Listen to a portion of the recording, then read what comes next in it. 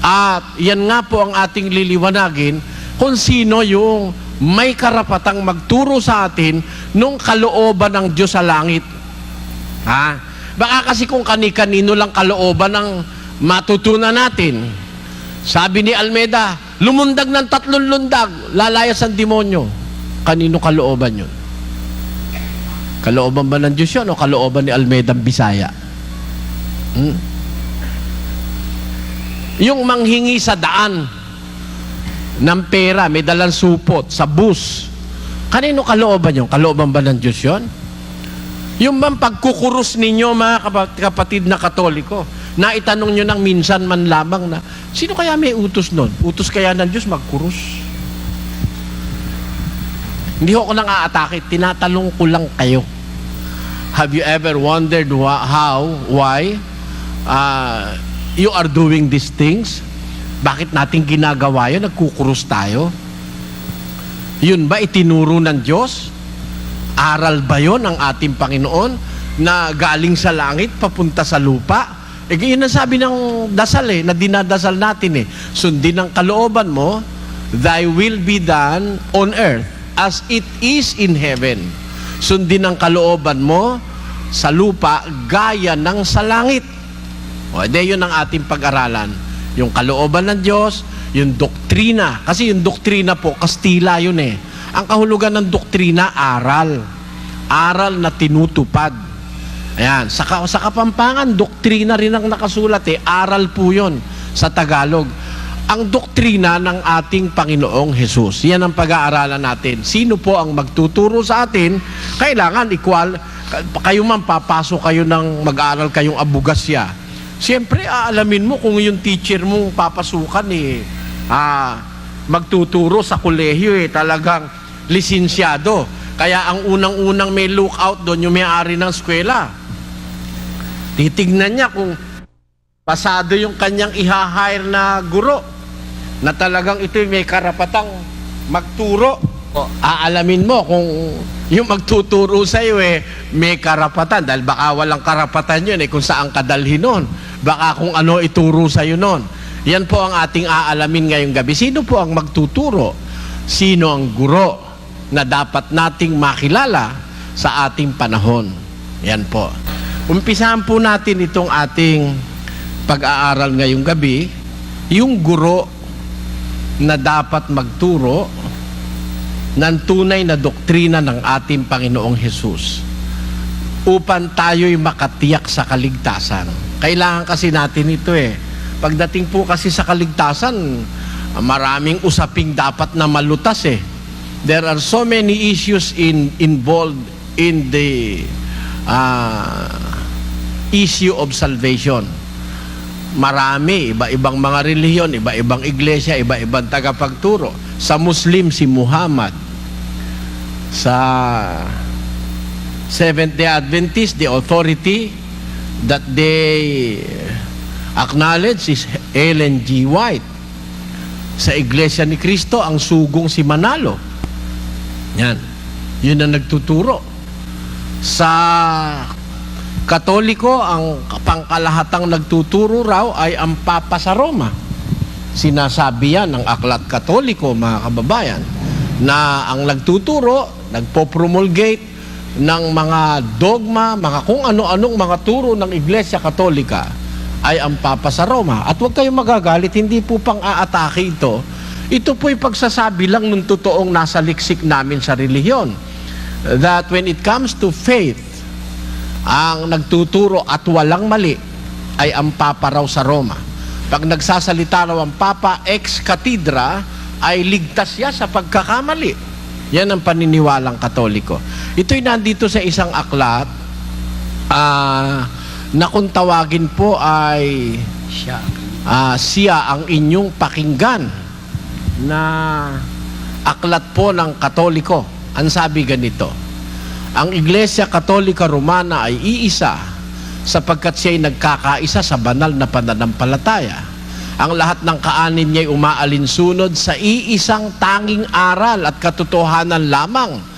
Nagkakaisa siya sa pamahala. Ang pinakapuno ng buong Santo Iglesia Katolika ay ang Santo Papa sa Roma. Yun. Yun daw ang pinakapuno nila, ang Santo Papa sa Roma. Therefore, the authority that they look upon to is the Pope in Rome. Kaya pagdating sa aral, kahit anong sabihin ng Papa, naniniwala na sila agad na yun ay totoo. Yun.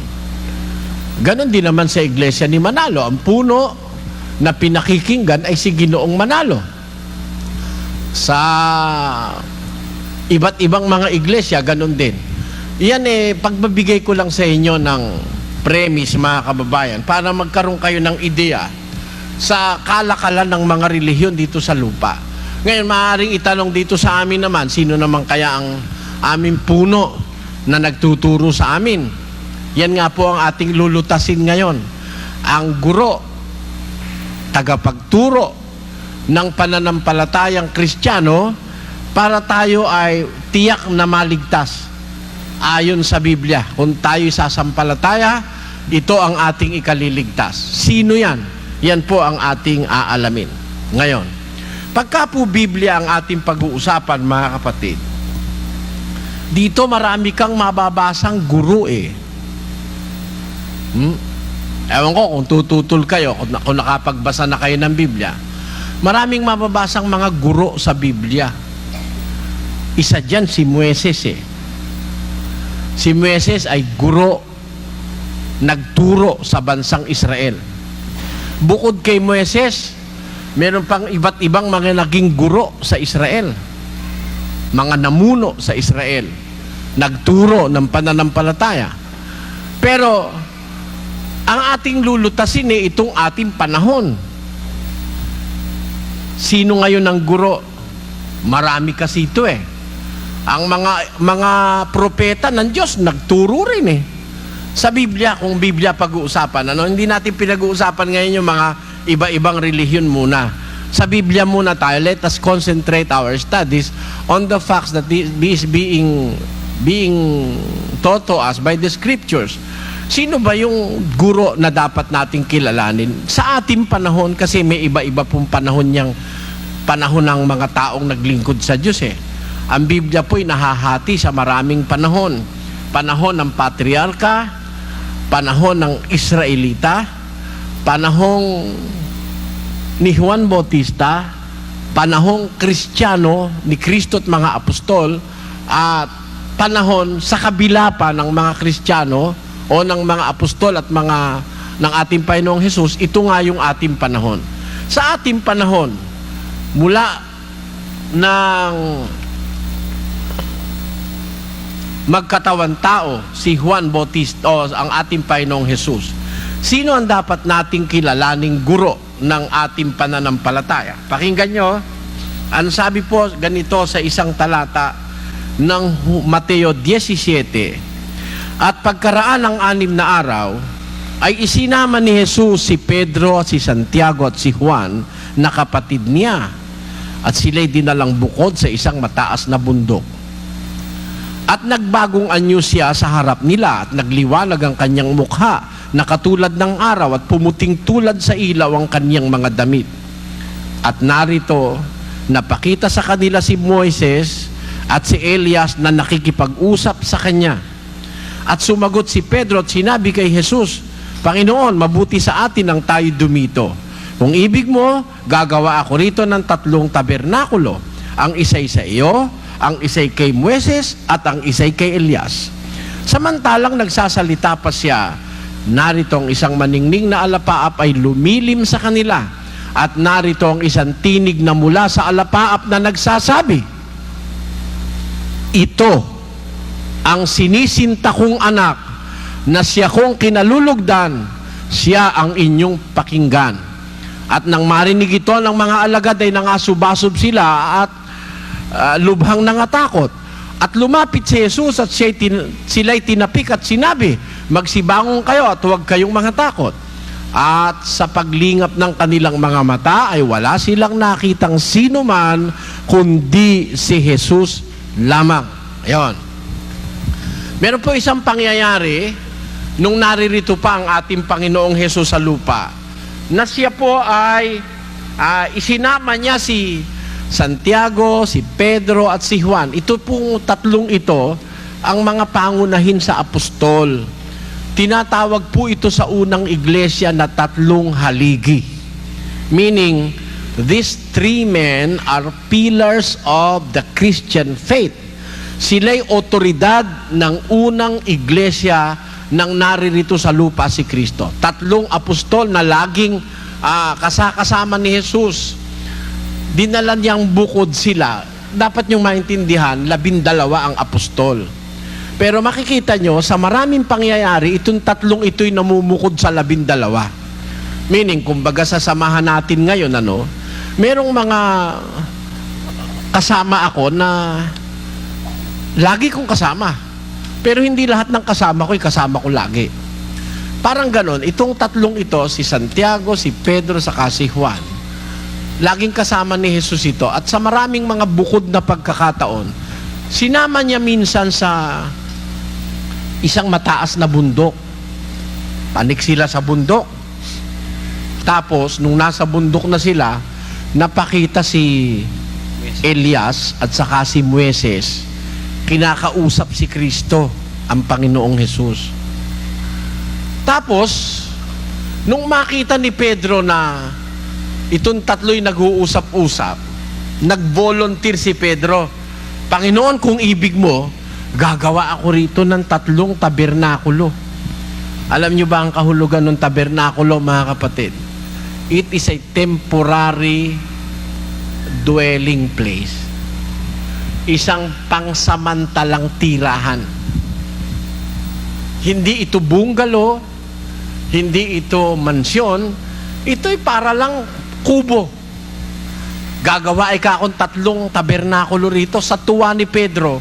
May biro mo naman, daan-daan taon nang patay si Moises at saka si Elias, 1,000 taon na, makita niya, kausap ni Jesus. Panginoon, gagawa ko rito ng tabernakulo, 3. Isa'y sa'yo, isa'y kay Elias, isa'y kay Moises. Napansin nyo yon, mga kapatid? Siya hindi bali nang wala, silang 3. Doon na lang sila, sa tabi-tabi ron. Igagawa niya na lang ng tabernakulo kasi siguro mapapagod siyang masyado. Pag 6 ang tabernakulong gagawin niya, isa kay Moises, isa kay Elias, at isa kay Kristo. Napapansin nyo intensyon ni Pedro, mga kapatid? Ang intensyon niya, magtagalti sila ron. Kaya gagawa ang kasi kung sandali lang sila ron sa ibabaw ng bundok, ba't naman kakailanganin pa ang tabernakulo? Ang intensyon ni Pedro, magtagal-tagal sila sa bundok at nagandahan siya sa nakita niyang pangyayari na nag-uusap 3 leader. Si Moises leader, si Elias leader, si Kristo'y leader ng pananampalataya ng mga taong naglingkod sa Diyos mula ng una. Kaya gagawa ako rito, Panginoon, 3 tabernakulo. Isa kay Moises, isa kay Elias, isa sa'yo. Hindi natapos ni Pedro yung sinasabi niya. Samantalang nagsasalita pa si Pedro, narito ang isang tinig na mula sa alapaa. Presumably yun ang tinig ng Ama. Na nagsasabi, ito ang sinisinta kong anak na siya kong kinalulugdan. Siya ang inyong pakinggan. Incidentally, yun ang pamagat ng librong Katolikong sinabi ko sa inyo kanina. Siya ang inyong pakinggan. Ayan. Pero dito sa aklat na pinamagatang siya ang inyong pakinggan, ang itinuturong guro, ang Papa. Ayan. Yun ang irony of it. No? Ang sabi nung tinig na nandun sa alapaap, ito ang aking anak, siya ang inyong pakinggan. Nasubasob yung mga apostol sa kapangyarihan ng tinig ng Diyos, nasubasob sila sa lupa. Ngayon, nangatakot sila. Tinapik ni Jesus, magtindig kayo. Paglingap nila, wala nang natitira, isa na lang. Si Jesus lang. Ayan. Kasi baka kung andun pa si Elias at saka si Moises, mapagkamali anong mga apostol na 3 ang pakikinggan nila. Kaya pinalayas na nung Ama si Moises, pinalayas na si Elias, itinira si Kristo. Ito ang sinisinta kong anak na siya kung kinalulugdan, siya ang inyong pakinggan. Ayaw man ng Diyos. Ayaw ng Diyos na matupad yung sinabi ni Pedro na gumawa ng 3 tabernakulo para sila'y magtagal doon ng kahit kaunting panahon. Baka maimpluwensyahan pa ni Elias at saka ni Moises ang pananampalatayang apostoliko. Isa lang ang dapat pakinggan at magturo sa mga Kristiyano, yung naiwan doon sa pangitain. Sino yon? Yon ang ating Panginoong Hesukristo. Inalis ng Diyos si Elias, inalis ng Diyos si Moises. Ito ang sinisinta kong anak na siya kong kinalulugdan, siya ang inyong pakinggan. Nakita nyo punto ron, mga kapatid? Kaya alam nyo, pagdating sa doktrina, sino pakikinggan nyo? Si Manalo? Palpak yun. Ha? Si Kibuloy? Lalong palpak yun. Si Bilarde, palpakan yun. Si Periol, matakaw ng pera yun. Lahat ng pera sa daan, pinapakolekta nun sa mga alagad niya. Sino ang pakinggan natin? Si Soriano, palpak din yun. Ha? Walang karapatan si Soriano para pakinggan. Isa lang ang pakikinggan. Ito ang sinisinta kong anak na siyang kinalulugdan ko. Siya. Have you noticed that? That is a singular pronoun. Siya ang inyong pakinggan. O, sino papakinggan natin? Siya. Si Kristo. Meron pa tayong ibang pakikinggan. Ang pakikinig mo sa iba, pagpapahamak mo sa iyong sariling kaluluwa. Si Kristo ang nararapat natin pakinggan. Siya ang guro na magtuturo sa atin ng tunay na pagkakilala sa Diyos sa panahong Kristiyano. Meron ba tayong katunayan ng bagay na ito? Pakinggan nyo sa isang talata ng Mateo 23, versikulo 8. Tatapwat kayo'y huwag patawag na rabi, sapagkat iisa ang inyong guro. Yung rabi po, mga kapatid, plural yon. Ang kahulugan nun sa bikang Ebreo, Rabboni, ang kahulugan nun mga guro, yung rabi. Plural yun ng salitang Rabboni na ang kahulugan ay guro. Huwag kayo ang wikang papatawag ng na rabi o mga guro. Basama yun, ayaw ni Jesus noon. Sabi niya sa mga apostol, isa lang ang inyong guro. Kayong lahat ang tawag magkakapatid. Kaya sa Kristyanismo, ang tawagan magkakapatid Hindi father. Diyan pa lang, palpak na ang Katoliko Ang tawag, father. Bawal yan Pakinggan nyo 23:8-9 ulitin natin. Tatapwat kayo'y huwag patawag na rabi, sapagkat iisa ang inyong guro. Ilan po ang guro? Ay ano ang tawag nyo? Tuloy. At kayong lahat ay magkakapatid. Kaya sa Kristyanismo, ang tawagan kapatid Kapatid. Hindi sir. Hindi boss. Hindi among. Nung panahong Kastila rito sa atin, ang tawag sa pare, mano po among. Tarantado. Anong among? Bakit? Yung among, amo yun Ay ano ka? Alipin. Lalabas ikaw mismo, napapaalipin ka, tatawagin mong among yung pari mo. Ito naman mga Katoliko ngayon sa ating panahon, huwag kayong magagalit. Ang tawag padre. Bakit mo naging padre? Anak mo yun. May pagka yung pare, naging anak niya yung pare, yung anak niya naging pare, ang tawag ng tatay. Ang tawag ng tatay doon sa anak padre. Binaliktad na. Hindi ba malaking kagaguhan yung ginagawa na yon? Ang tawag ng tatay dun sa anak niya, padre. At siya ngayon ang nagmamano po, padre. Ano? Saan mo nakuha yun? Sabi ng Biblia, liwa-liwanag huwag kayong patawag ng guro. Iisa lang ang inyong guro, kayong lahat magkakapatid. At huwag ninyong tawaging inyong ama ang sinumang tao sa lupa, sapagkat iisa ang inyong ama. Sino yon? Sa makatwid bagay, siya na nasa langit. Ayan. Yan ang talata nagdudumilat. Ayan, basahin nyo sa inyong TV screen. Isa lang ang tatawagin yung ama. Pagdating sa pananampalataya, sabi ng ibang mga pilosopong Katoliko, Paano kain tatay mo? Hindi mo na ba pwedeng tawagin ama? Di tawagin mo yung tatay mo sa bahay, ama ng laman mo yun eh. Pero pagdating sa relihiyon at pananampalatayaan, sabi ni Kristo, huwag niyong tatawagin inyong ama ang sino man tao sa lupa. Sino man tao. Huwag niyong tatawagin ama. Pagdating sa pananampalataya, iisa lang ang tatawagin yung ama. Sino yon? Siya na nasa langit dahil kayo magkakapatid. O, yan ang maliwanag na doktrina ni Kristo. Sa Katoliko, nilalabag ng pari yan. Nagpapatawag sila, Father. At yung puno, ang patawag, Papa. Yung Papa, Latin yun, ang kahulugan nun, Ama. Latin, Papa. Sa Griego, Patros. Sa Kastila, Padre. Sa Tagalog, Ama. Wag kayong patawag ng Ama. Ayaw ni Kristo patawag ng Ama mangangaral Tapos ang tawag sa pare, Padre, doon pa lang, mali na. Mga kababayang Katoliko, huwag kayong magagalit. Gusto nyo, iharap nyo sa akin yung pari nyo, lalabanan kong diskusyon. Illegal sa Biblia yung patawag niya sa kanyang sarili. Meron ako nakausap na padre sa Pampanga Pare, hindi naman kami nagpapatawag ng ama.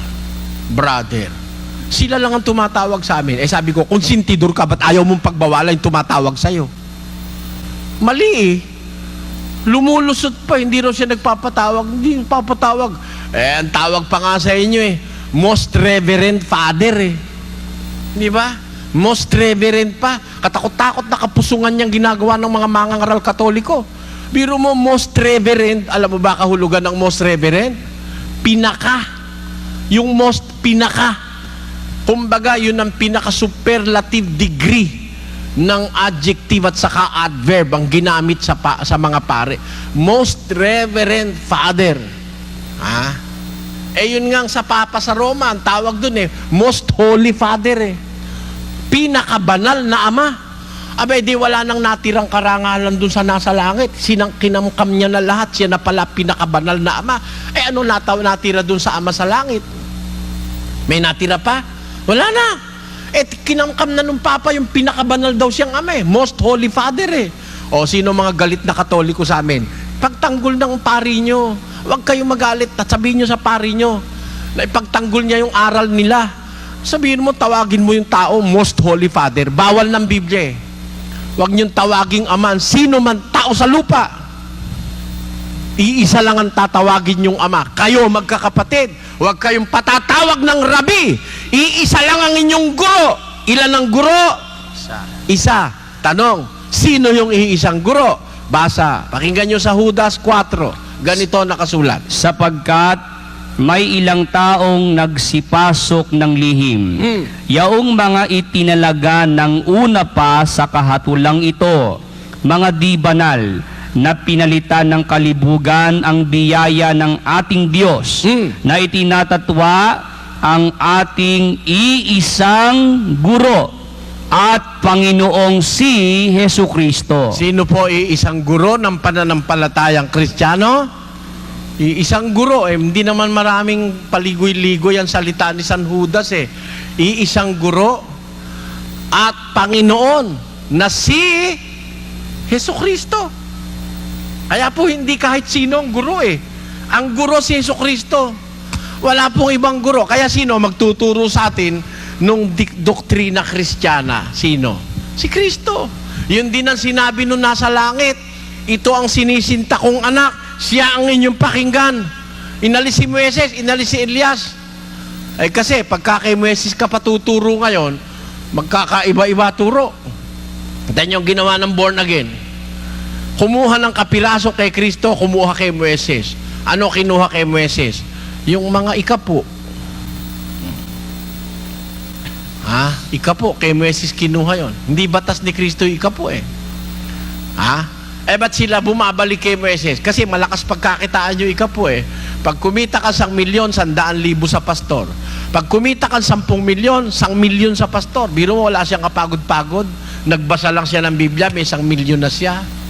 Paano yung may-ari ng San Miguel? Kung kumita bilyon-bilyon. Pag kumita ng 1,000,000,000, ang pastor niya ikapo, ibig sabihin, 100,000,000 ang para sa pastor. Kumita yung San Miguel nung isang taon ng 5 bilyon. De 500 milyon yun sa pastor. Laking pera nun. Kaya sila, kumukuha sila ng turo kay Moises. Samantalang sa panahong Kristiyano, iisa lang ang guro na dapat nating kilalanin. Walang iba kundi ang ating Panginoong Hesus. Biblia, iisa ang inyong guro sa makatwid bagay, si Kristo. Yan lang ang guro sa ating panahon. At yan ang final. Yan ang kahuli-hulihang guro na pakikinggan natin sa panahong ito hanggang sa dumating na ang wakas. Pakinggan nyo sa Hebreo 1:1 hanggang 2. Ang Diyos na nagsalita ng unang panahon sa ating mga magulang sa iba't ibang panahon at sa iba't ibang paraan sa pamamagitan ng mga propeta ay nagsalita sa atin sa mga huling araw na ito sa pamamagitan ng kaniyang anak. Ayon. Sa mga huling araw na ito, nagsalita ang Diyos sa pamamagitan ng kanyang anak.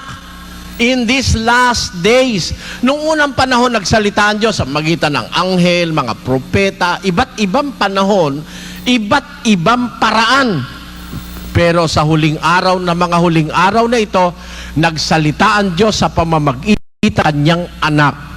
Kaya ngayong panahon natin, ang anak ang pakikinggan natin pagka hindi tayo sa anak nakinig, magkakamali tayo. Maraming pwedeng pakinggan.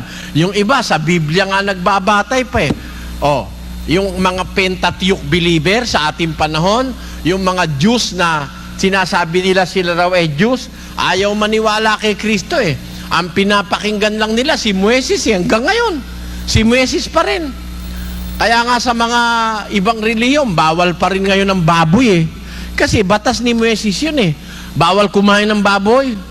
Bawal kumain ng ema o talangka, alimango, alimasag, tulya, alamang. Bawal yan. Panahon kasi ni Moises, bawal yan kaya hanggang ngayon, bawal pa rin sa kanila. Yung mga Jews dun sa Israel, hindi pa rin kumakain ng baboy. Sa Muslim, hindi kumakain ng baboy. Kasi, ang pinakikinggan nila, yung sinabi nung panahon ni Propeta Moises. Samantalang, kung tayo'y nag-aaral talaga ng Biblia, meron panahon ng paglilingkod ng tao sa Diyos. At ang batas at tagapagturo, hindi magkakapareho sa lahat ng panahon. Iba yung panahong mosaiko, o panahon ni Moises, iba yung panahon patriarka o panahon ni Abraham, iba yung panahon ng Kristyanismo o panahon ni Kristo at ng kanyang mga apostol. Iba po yan. At tayo'y nasasakop ng panahong Kristiyano. Sa panahong ito, ang pakikinggan natin hindi si Abraham, hindi rin si Moises, at hindi rin ang kung sino-sino pa. Si Kristo ang ating pakikinggan. Siya ang guro na magtuturo sa atin nung tunay na pananampalataya. Kaya halimbawa, gusto mong matuto ng pananampalataya, sino sasangguniin mo? Si Kristo. Si Kristo. Ngayon, meron akong gustong lutasing bagay tungkol dyan, mga kapatid. Bakit brother, bumabasa ka sa matandang tipan? Kung si Kristo lang ang dapat pakinggan, ba't bumabasa ka sa matandang tipan? Kasi may salita si Kristo dun sa matandang tipan Alam nyo ba, akala nyo ba si Kristo sa bagong tipan lang nagsalita? Sa matandang tipan, may salita si Kristo Kaya bumabasa rin ako sa matandang tipan. Pero, hindi batas ni Moises ang binabasa ko. Hindi turo ni Moises.